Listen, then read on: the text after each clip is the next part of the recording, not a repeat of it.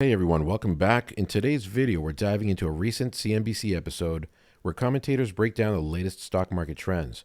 Stick around because I'll be wrapping things up with my own summary using the Japanese Ichimoku indicator. Thank you very much. Welcome to the Halftime Report. I'm Scott Wapner, front and center this hour, surging stocks on the tariff pause with China. We are trading the markets today with the investment committee, as always. Joining me for the hour, Joe Terranova, Stephanie Link, Jim Lebenthal. We are surging today. We know that on this rollback of the tariffs for 90 days. We'll meet again in a few weeks, we say. And UBS today says U.S. equities are once again attractive. You could have seen that coming. Joe, you had so many firms come out, cut their price targets, cut their view of U.S. equities. We have had recession fears ratchet up in the last handful of weeks, ever since April 2nd. Is that all now done? Are we finished with all the fears? I think people are going to come on the network today and try and present these various analogies to the environment. I'll just say this, one word, mercurial. I've been using it all along, and that's the nature of what it is. Now let's talk specifically about what the market is expressing. And the market is expressing that momentum is remarkably strong, and the momentum does not match sentiment, because I don't think sentiment is as bullish or nearly as bullish that it needs to be given how strong that momentum is. I think what we're seeing is the potential that if momentum stays as strong as it does, you have to have a recalibration on that sentiment. And I think that really puts in perspective the opportunity for the S&P in the near term to trade back above 6,000. The 90-day pause, what does that do? It now puts front and center the tax bill. While we're sitting and waiting over the next 90 days to see what ultimately the deal could look like, you're going to hear a lot about the tax bill. The question lastly becomes, does the personality of the market change as we approach 6,000 in the S&P? If you look at the tape today, the suggestion is, yes, it will. Look at Netflix, look at Spotify. They're both down 3% with literally no fundamental reason why, other than it appears as though we're seeing a little bit of a rotation within the market. Today, what's more in the price action today? The story about iPhone prices, because maybe they do have pricing power, especially when we talk about the subsidies, or the rollback of the tariffs, or is it choice C, all the above? Yeah, it's a hybrid. Totally rollback. Yeah, absolutely. I think it's, but I think also too, it is a little bit hybrid. I think it's the expectation that they can and should, in my opinion, they should raise prices. It's the Netflix model. It's the Chipotle model. They have pricing power. I don't think people are going to flinch at all if they actually go and raise the price, in particular on the high end, which Steve pointed out, they haven't raised since 2017. So they have pricing power in that regard for sure. And that product, when you think about it, ultimately, it really is a consumer staple more than anything else. What are you going to do if they raise the price from $9.99 to $11.99? You're not going to use your iPhone anymore? But you need... Their supply chains are still predominantly in China. They can say India and Vietnam all they want, but they can't do it fast enough. Right. And 20% of the revenues, 20% of iPhone revenues come from China. Right, but hasn't he already told us that's what, $900 million hit? It's big. But you need to have the content too to be able to raise your price. It's like Netflix has pricing power because they've got the content that people are willing to pay for, and the prices can go up and people are going to continue to pay for it. Here we are having a conversation about Apple potentially raising the prices of its iPhone at a time when we've deemed their AI offerings to be subpar. So get one to match the other. You tell me you're going to have the best AI features available? Well, I might be willing to pay more for your highest end phone, not the other way around. I think today's price action is less about the pricing, although it matters, and it's more if you had any China basket that you built, any long China, short China, Apple was either long or short in that basket. I mean, it absolutely pertains to China, the move today, as well as, by the way, I've said this all along, passive ETFs have massive holdings in Apple, so markets get money into them, goes to Apple. Chips are up today. Obviously, they've been right in the tariff storm, the eye of it. You look across the board, if you pull up the SMH, you want to just do it that way, up 17% in a month, so it's come off the worst levels. There it is, up 6 1/3% today. Steph, you bought more Broadcom today. Yeah, I've been buying it for the last 2 months, right? And the stock is still down 14% from its highs. It went from 14 times forward estimates 5 years ago to 36 times. It's now at 30 times. It's still expensive, but I like what they've done in terms of the diversification to their revenue mix. AI is 30% of their revenue mix. Software is 40% of their revenue mix. That's a great combination. And oh, by the way, they just announced a $10 billion new buyback program. It's not huge, but it's actually an endorsement that they feel good about their business. And with the stock down, still 14% from its highs, I still think there's an opportunity there. CNBC Pro looked at, non-Mag 7 names. They looked at names with the most China revenue exposure that could win if a long-term deal between the two countries is reached. I'm talking ex-Mag 7. Broadcom's on that list, as you'll note, as is LVS, Las Vegas Sands, Qualcomm, KLA-Tencor, Jimmy's Win, Intel, Corning, Aptiv, Teradyne, Jim? Look, I mean, this is clearly, it's not just the numbers of where the tariffs went to. There was verbiage going into it and coming out of it that both sides want to not delink, not decouple. That's very important that these economies want to work together. That means that there will be cross-border flows, albeit we don't know where the tariffs are going to be. There's a lot of negotiation left to be done. But, you know, if we get down to 30% or less on China, I think that you'll see plenty of cross-border flows that's going to inure to the benefit of a Qualcomm or a KLA or any of the chip manufacturing companies. You know, Win, I think, has been undervalued overall. Steph, you're in your Las Vegas Sands. We have the same play going there. But with Win, there's far more than just China. There's Macau, there's Las Vegas. But it has been held back by China fears. And now with China, hopefully, this will help China's economy get on its feet, and that can promote more traffic to Macau. At the end of April, for the very first time since inception of the ETF, we sold out of KLA Corp. Remember, what we're doing is a reflection of price momentum. So if you look at all these semi-equipment names, the technical formation looks awful. KLA Corp, Lam Research, Applied Materials. The fundamentals, though, of these businesses, now that you get the rollback, that's why these companies are up 8-9%. So listen, I'm telling you, based on what I see in the momentum strategy, we spoke about positioning before, the positioning has probably been reduced to its lowest level since 2020. There's a lot of room to rebuild positioning in three names, which are very, very good quality companies. Big day for retail as well, as you might expect. RH is up 17. Remember, that stock got absolutely destroyed in the earliest days of the whole tariff issue. Best Buy up 10, Five Below up 11. These are all percentages that I'm giving. Stephanie Link, Gap, set up 7.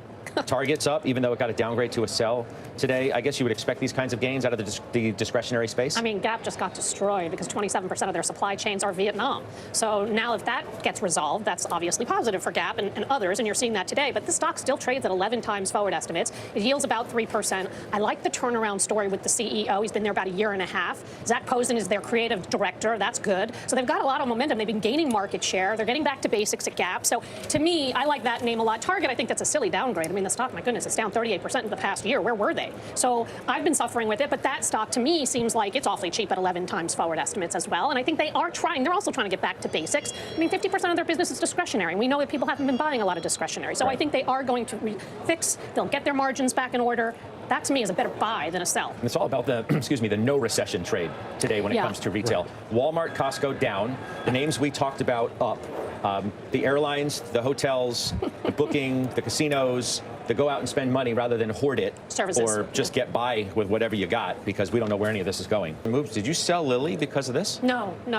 I sold Lilly because I like Intuitive Surgical better. They had a better quarter. They raised their procedure volumes in the quarter. They de-risked the gross margins, and OPEX is coming down. I just think that there's a huge total addressable market for where they are at. Lilly, I made a little bit of money. It's just expensive, but I still like it very much. I think if it were to pull back and get to a more reasonable valuation, I might buy it back. But this had had nothing to do with today's news. It's up 3 1/3 today. Yeah, so right. obviously the market's not concerned in any way, Joe, about this. We own Lilly, we own Intuitive Surgical, both those names in the ETF. I really think the news today most affects the pharmacy benefit managers. Look at CVS down significantly, Cigna down significantly, McKesson down, Quest Diagnostics. UNH is down. Yeah, but recently I had a personal position in CVS, which I sold. I think that's the area that you have to look at most and say to yourself, okay, I want to try and avoid it. You've got some other pharmacy names like Merck is up 5% today. So most of the pharma names are up, which is surprising, but you just put your finger on it. The pharmacy benefits managers are down. I mean, that's the market saying that's where they think the squeeze is going to come, and it makes sense. The middleman. From the middleman. Yeah. All right. Hey, everybody. Welcome to Blue Cloud Trading. My name is George. In this episode, we're going to talk about the stocks that were just discussed on the halftime report earlier today with Joe Terranova, Stephanie Link, and Jim Lebenthal. There was about 13. Broadcom was one of the stocks that we'll look at. Best Buy, CVS, Gap. We'll look at all those. And we'll also take a look at the indices. Really important to look at those. We'll take a look at the technicals on the Fab 7 stocks like Microsoft, Google, Tesla.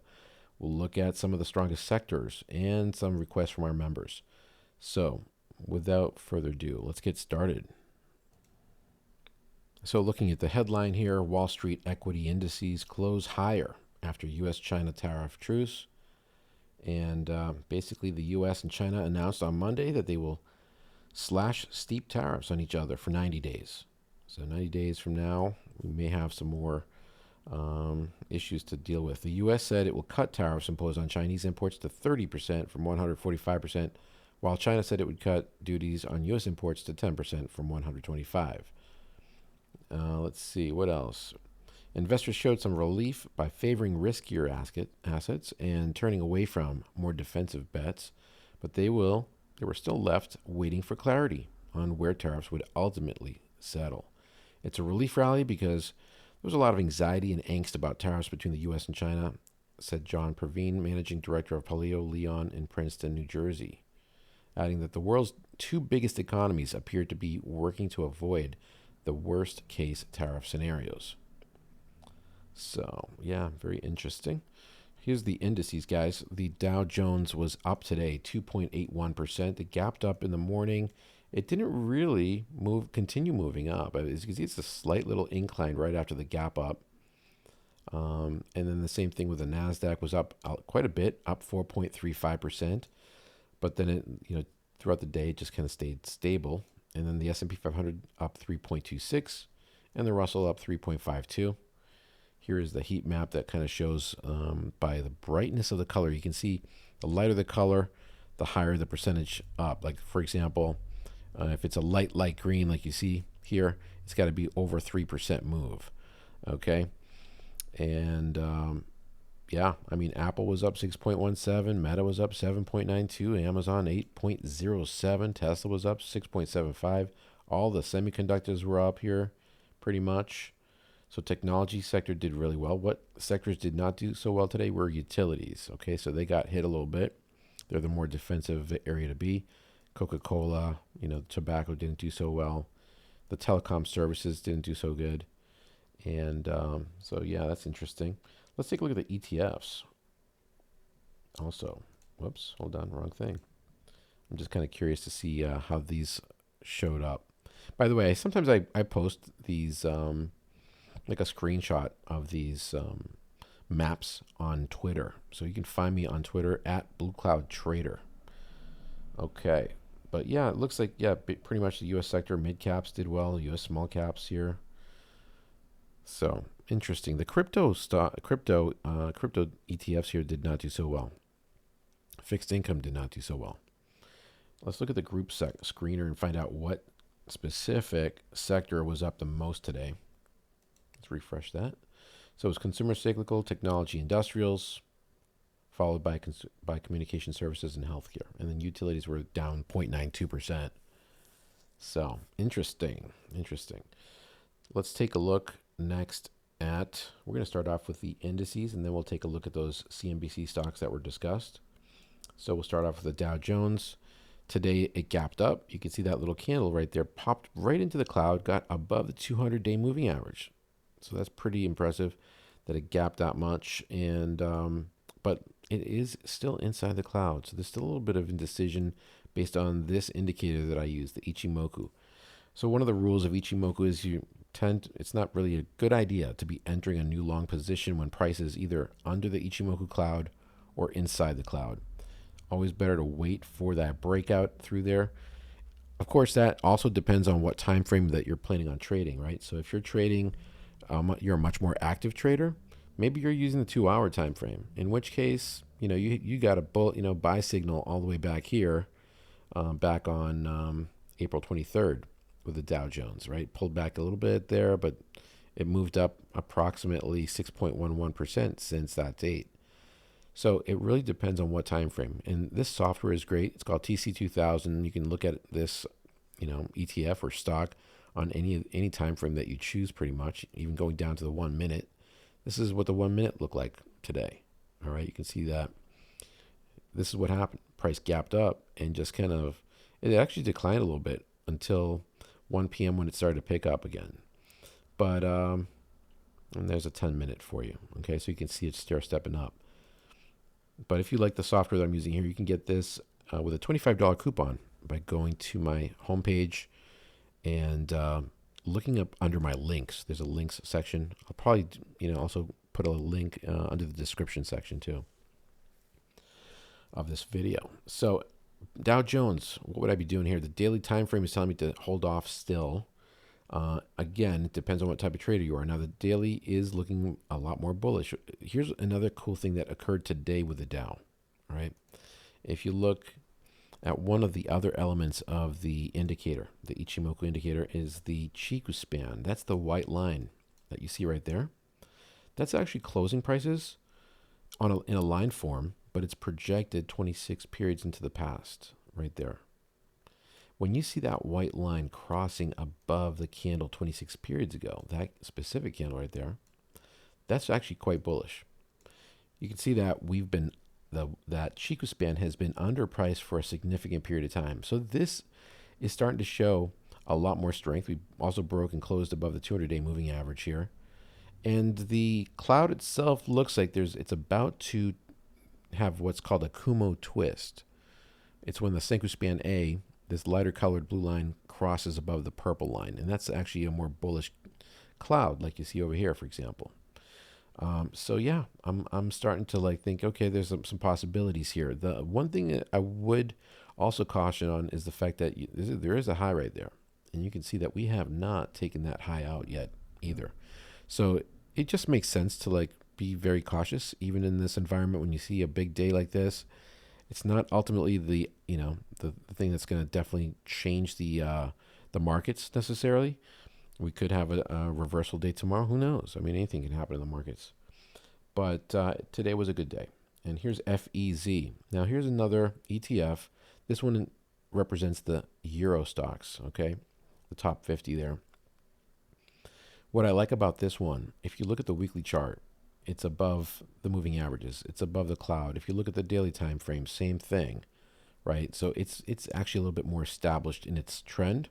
And one other thing that I've noticed here is that it's actually broken through that 57.67 level that happened here last week on Friday. And then now we have a continuation here where it's staying above that prior level of resistance, okay? And that's important. You can see that's the level right there based on those prior highs. Because what it's telling us essentially is okay, there's more interest in this ETF. There's a lot more demand, and it's pushing the price through prior levels of resistance, okay? So we'll see if it can continue, but I like it. Even though it was up just 0.47%, it didn't really move up as much as the U.S. indices. Here's the Russell 2000. Here's another one that's kind of concerning to me a little bit, to be honest. It was up 3.52%, but again, it's inside the Ichimoku cloud. It's still under the 200-day moving average. It formed a reversal candle. That's a hammer type candle, or what they call a hanging man candle. I'll show you guys what that looks like right here. Hold on. Let's zoom in on this. It's a single bearish candle, and it looks like this. It's when prices moved up, you get that small little red candle with with a lower wick. Okay, remember the wick represents how far the price moved down, the lows. And yeah, it tends to. Now here's the thing that I'd be watching tomorrow specifically is that low. The low of that wick. If price gets under it, there's a higher probability that this is going to continue to drop. So, the Russell 2000 has had a nice little run here. If you think about it, it's moved up 20.91% since these lows right here, going back to April 9th. That's a pretty big run, 21.1%. So to see a pullback wouldn't be out of the question. I do notice, though, however, looking down below here, the directional movement index, another indicator that I like to use, the positive DI line is above the negative, and the ADX is moving up. So what does that represent? Well, we've got a bullish, basically, trend here based on the directional movement. When the green line is above the red line, okay? And if you see the white line moving up, as it is here, that means that momentum is increasing to the upside. So there's a higher probability to continue. But, again, when you start reaching levels of resistance, you got to be a little bit more cautious. That, by the way, that same ADX, if it just happens that the negative DI line, like it was here, is above the green line, okay, and you get that decline, and you see that the ADX starts moving up, as it did right there, and we go straight up, folks, take a look and see what happened. It led to this decline, right? Right now, once we crossed that green line, the green line crossed the red line, and we got that ADX moving up, it's led to this nice little move up. So we'll see if that continue. If you notice the ADX dropping or pulling downwards or losing momentum and flattening out, that's going to tell us basically that there's the steam, the momentum is coming out of the market. But right now, things are looking good. Here's the QQQ ETF. This one's popped through the cloud, so this is a lot more bullish. This has more potential. It was up 4.07%, and it's in the beginning stages here. As you can see, the ADX is starting to move up. So that tells me there's a higher probability of a continuation here for the Qs. One other thing also is the fact that it actually broke through that prior high. Okay, that's also very important. Where might it find resistance? Right here, 540.81. And if we measure from here to there, I've got this little measuring tool. All I got to do is just scroll right there. Boom. It's 6.3% away from where we currently are, the closing price. How about the SPY? S&P 500 did the same thing as the Qs. It popped and basically closed above the Ichimoku cloud. It's looking pretty good. I like what I'm seeing. I think there's some potential for the SPY and the Qs to continue moving up. And I can see the next level of resistance of 613.23. It's about 5% away. It's not that far away, but I could see it move just a bit more. TLT is the 20-year Treasury, still declining. Nothing special here. And the VIX, which measures the market volatility, essentially the fear index, they call it, it has been dropping, right? And it's now currently under not just the cloud itself, like it got under on Friday, but now it's under the 200-day moving average once again. So it's at a level of 18.39, which is conducive to a more bullish market in general. We want to see the VIX dropping. That's important.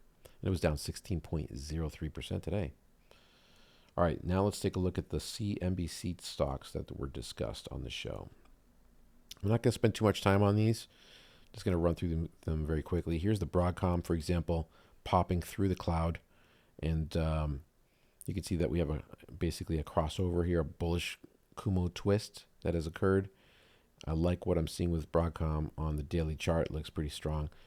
And just if you want to see what the weekly looks like, there it is. It's not that terrible, but the Tenkan, which is the 9 period, so that's the 9 period, the green line, is under the 26. So that's the faster moving average. It's still under the slower one, but the momentum is to the upside.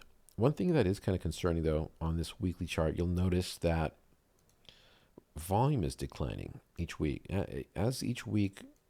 As price has been moving up, volume has been declining. So there's less and less trades being taking place. And look at that candle; it's really small, and you'd think that it would draw. It did gap up though, so that's something. Let's see, what else? Let's take a look at Best Buy.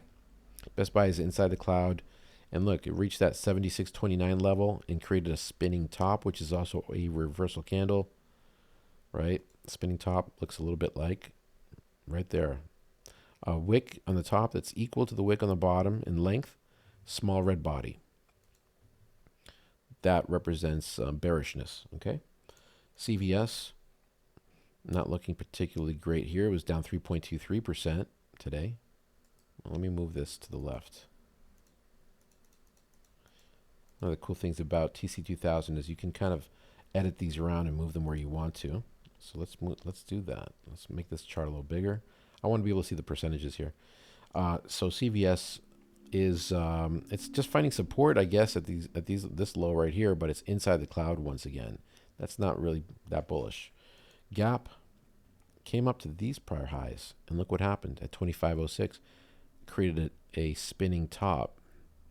So that is again a reversal candle. If it breaks through, okay, that could turn into a continuation, but that's a target. I think a lot of people started taking profits, which is why the wick at the top there started to drop, or there's an upper wick. And that, so if you look at a 5-minute, you can see that price came up to this level and then it just dropped and never really got it back above that 25.06 level.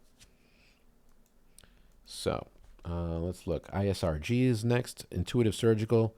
This one broke through the Ichimoku cloud. I like this one. Chiku span is above price. We get the Kumo twist taking place here. ADX is moving up. All these things are happening. It's up 4.64%. Here's a weekly chart. Also looking pretty good, but volume declining each week.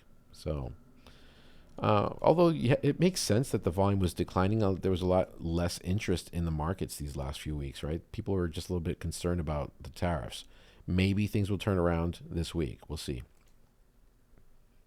KLAC, which is KLA Corporation, it popped through that cloud right there. It's up 8.45% just today. It's a semiconductor, equipment and materials industry. So I like what I'm seeing. The next level of resistance is 794. It's about 4.6% away. It took out this high as well and got above the 200-day. LLY, we've got a bullish Eli Lilly. I think Stephanie Link mentioned that she closed her position in Eli Lilly. Probably the worst day to do that, actually. Because if there was ever a day that price has a potential of actually now bouncing, it's today. This is a candlestick pattern called a bullish engulfing that you're seeing right here. These two candles right here. And look at that volume there too on this one. That's important to note. Yes, the directional movement index is negative here. The negative DI is above positive. But when you get something like this, after a drawdown, a bullish engulfing, and I'll show you guys that one too real quick. We got to go here under double candle patterns under the bullish side here. And let's look for that. There it is, bullish engulfing. Small red candle followed by a larger bullish candle that engulfs it, okay? That's really important. And so that can lead to a pattern. We'll see tomorrow, I suppose, right? If price gets above the high of that candle, I think there's going to be a continuation. Doesn't mean that I personally would be entering a long position here, though.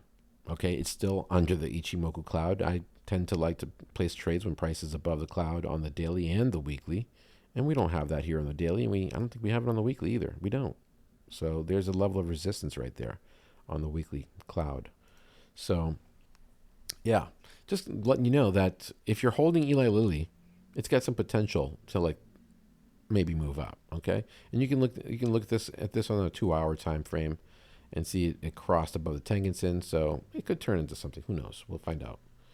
All right, LVS is Las Vegas Sands. This one here, guys, popped right through that cloud today. It's been a while since the last time it was above the Ichimoku cloud was back here, January 6th. And if you had closed out of the position back as far back here when it got under the Tengen-sen, the green line, which would have been a good maybe exit point, or that shooting star, or that shooting star right there, you could have saved yourself the headache of holding this position for approximately 3.8 months and dropping in value 43.84%. Because now, guess what? To get back to that break-even point from this low, okay, let's go back in reverse here. You're going to need to make a 78.26% return. That's a big return that's required. Now, would I be jumping into this one? I'm going to guess that the weekly chart is still not looking good. Here's the weekly, and I was correct. So it is still, when you don't have confirmation on a weekly time frame to get it to go long, you really shouldn't even be considering a daily, honestly. That's just my impression. Unless you happen to be a much more active trader, in which case you can use the daily as your reference point. So this would be, the time frame that you're making your decision to enter and add a position, but then you're managing it on a 2-hour. Okay, there's a 2-hour time frame. And when this starts to go kaput, you might want to exit the position, basically.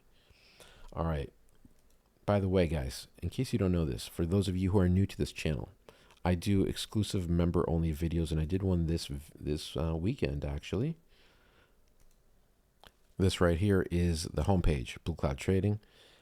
Where do you find the videos? If you scroll down, here they are. They're all right here. And there it is, 2 days ago. So how do you gain access to it? And why would you want to gain access to this video? Well, a couple of reasons. Number one, I go over my entire portfolio each weekend, and I share all the trades, okay, that I placed. Entries, exits. I also give, like these last few weeks now, I've been sharing about 20, ideas, trading ideas for the next week. So like for this week, I shared 20 ideas, stock ideas that were looking really strong technically in the charts. And I also have a proprietary scanner that helps with identifying those. I share the results of those. And there's 3 different memberships, guys. You click on the join button, all right? So right here next to the subscribe button, so subscribing is free. If you haven't subscribed, please subscribe, hit that notification bell. This is free. If you want access to those member-only videos, click on this button, the join button. You'll find the 3 membership levels. Blue Cloud supporter, you'd be helping to support the channel. I really do appreciate the people that have become members here. Blue Cloud trader level is the next level up. That's where you can start accessing those member-only videos. Okay, that only comes out once a week though. And then with Blue Cloud Legend level membership, which is the highest tier, okay, you get those member videos. You also, I have some recorded day trading videos for those of you who want to learn about that. And then also daily trade updates posted under the community tab. Now the community tab, guys, is right here under posts. Okay. So you'll find that under posts. It might show up as membership. Once you've joined, it might pop up as membership here. Okay. So just look for that right in this area here. Just click on those tabs and you'll find it. Really easy to join. Okay. Anyway, and then if you want to access some of the other links, click here, 9 more links right here. Scroll down. This is where you can find about, I have exclusive videos on Patreon now. Okay. You might want to check that out. I went over some country ETFs, for example. Here's the Patreon page right here. Patreon. Okay. I did this, I have some videos here. I did a video on country ETFs and I used my proprietary Blue Cloud indicator. That's why the Ichimoku cloud looks very different. And the candlesticks are all either green, yellow, red, pretty much. And then some other videos in there. So you can get access. Some of them are free. So you might want to just go to and join right here in Patreon. Okay. Patreon.com/BlueCloudTrading. And you'll find that link right there. And there's the $25 coupon for the TC2000 software that I use. Anyway, all right, let's get back. Sorry for that long advertisement there. Las Vegas Sands, like I said, looking good. I like it on the daily and the 2-hour, but I'm not a big fan of this on the weekly chart, so I personally wouldn't be adding position. Here's RH, Restoration Hardware. On the weekly chart, you can see it's under the Ichimoku cloud. On the daily chart, it's just entering it's not something I would be jumping into. I mean, some positive things have occurred here. It broke through this downward channel finally, right? So now we are starting to break through. Over here, you can see this little area. We broke through. This is a little tiny candle. I don't know if you can even see it there. Let me zoom in. That's where it's at, inside the cloud. But it's not something I'd be jumping into. Here's Target. Target's starting to show some strength, finally. I mean, it's just 3 days now. It's above the Kijinsen. The Kijinsen is the 26 period. It takes the midpoint of the last 26 periods and projects it. And unlike most moving averages that you might be used to, like the 200, like the simple moving averages, like this 200-day that you see right here, the Ichimoku moving averages, you'll notice that they flatten out, and that's because it's always taking the midpoint, the midpoint of every candle. It's not taking the highs or lows or the closes. It's taking the midpoint, so it's really averaging it out. Therefore, it can flatten out just like that for extended periods of time. And so that's kind of interesting to me. And that's one of the things I like about this indicator. Here's Walmart. Consumer defensive sector, discount stores. This is looking pretty good right now. On the weekly chart, it's actually a position that I had for a little bit and then I closed out of. But on the weekly chart right now, you can see the Tengen-sen is under Kijinsen. It's not perfect, but it is above the Ichimoku cloud. On the daily time frame, you know, it's pulled back a little bit here. It was up just 0.03%. It's got some potential. But yeah, I personally wouldn't be jumping into this at this particular moment. WYN, Wynn Resorts. Okay, this one popped through that prior high. The next level of resistance is 99.62. We'll see if it can make that.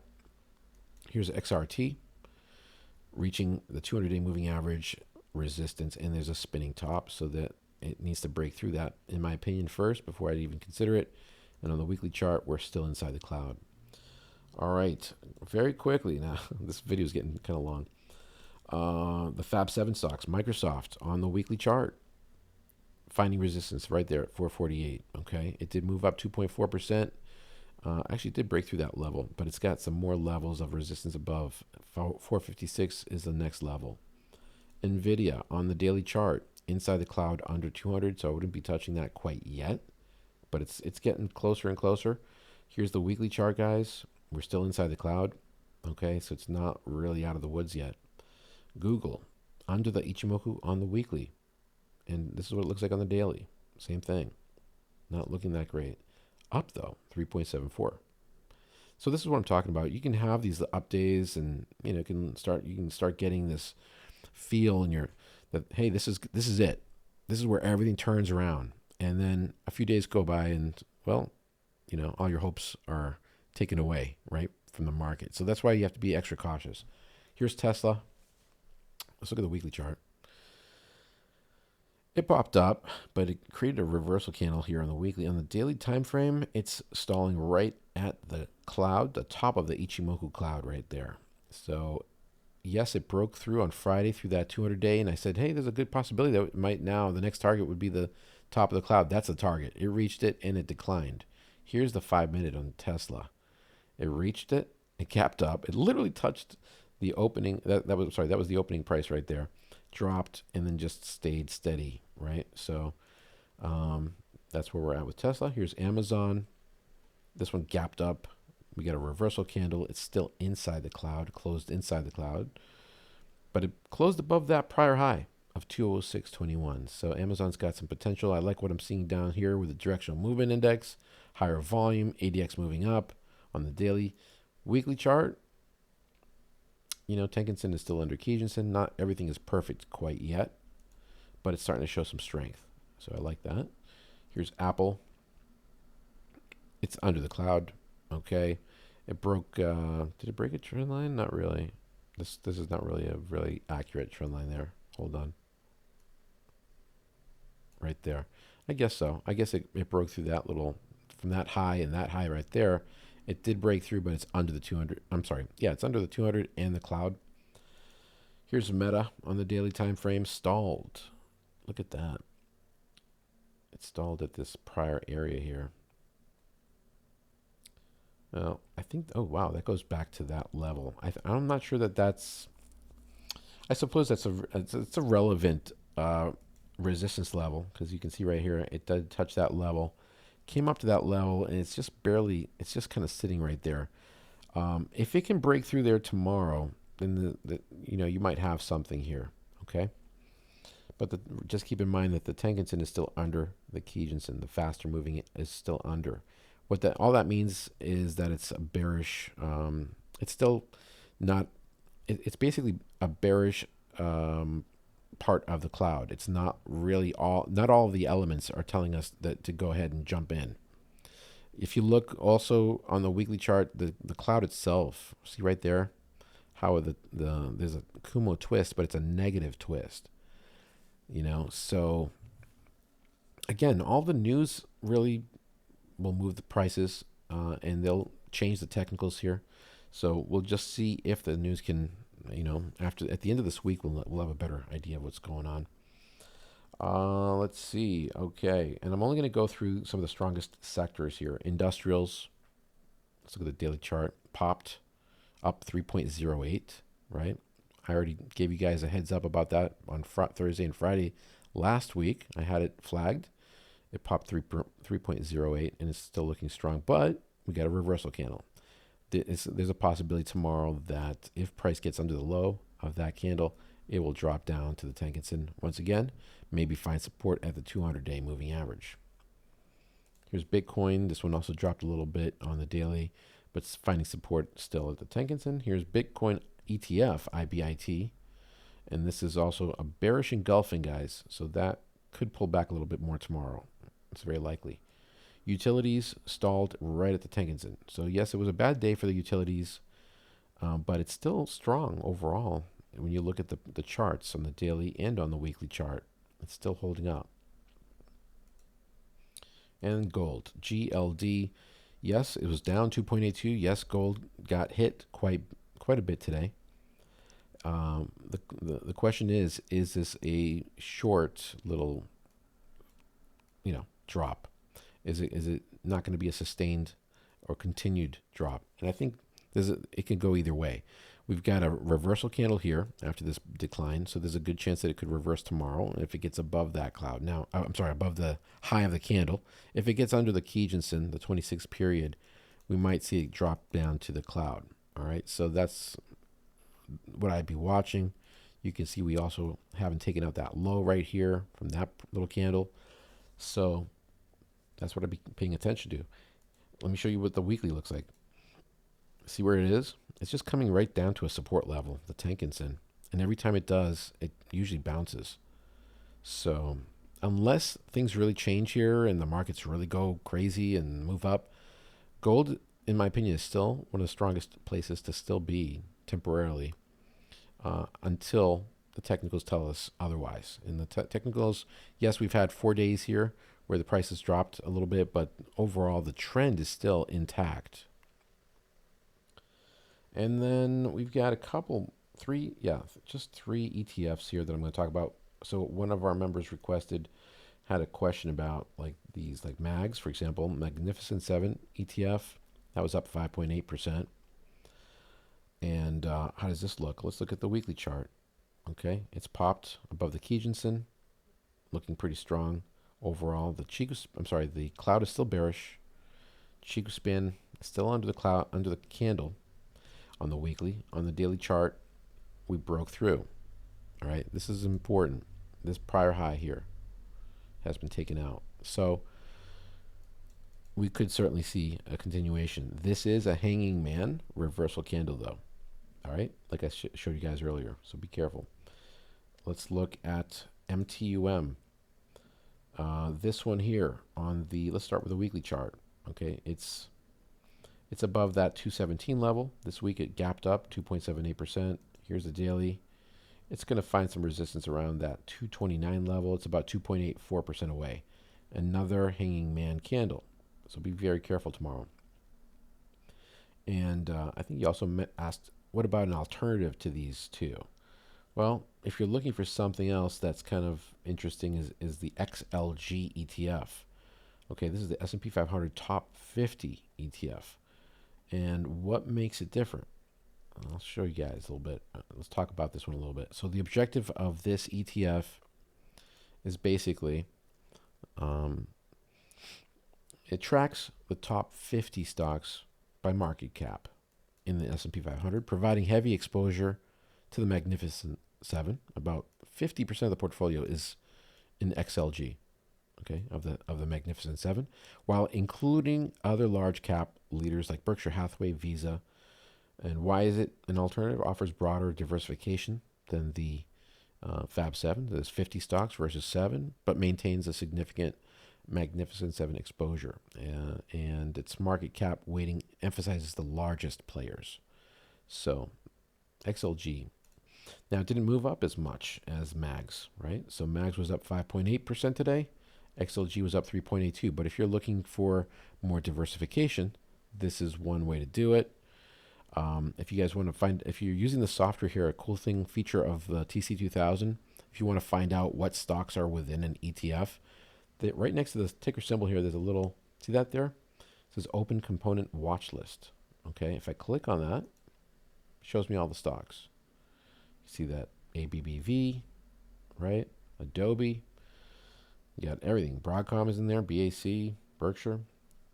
And you can scroll through these and look through these, basically. But, so we'll see what happens with this one. Here's a 2-hour time frame as well. It's in a nice strong uptrend. I'd be watching this on a 2-hour because, again, on the daily time frame, we've got that little, we've just broken through, but the weekly chart is still concerning to me on all of these. It's always going to be a little bit slower to react, obviously, right? So it depends, again, on what time frame you want to trade. Guys, that's going to do it for this video. Thanks for watching. Appreciate all of you. Don't forget to like and subscribe before you go. And share this video with someone that you might think would be interested in seeing it. That's the best way to get the word out. All right. I'll catch you all in the next one.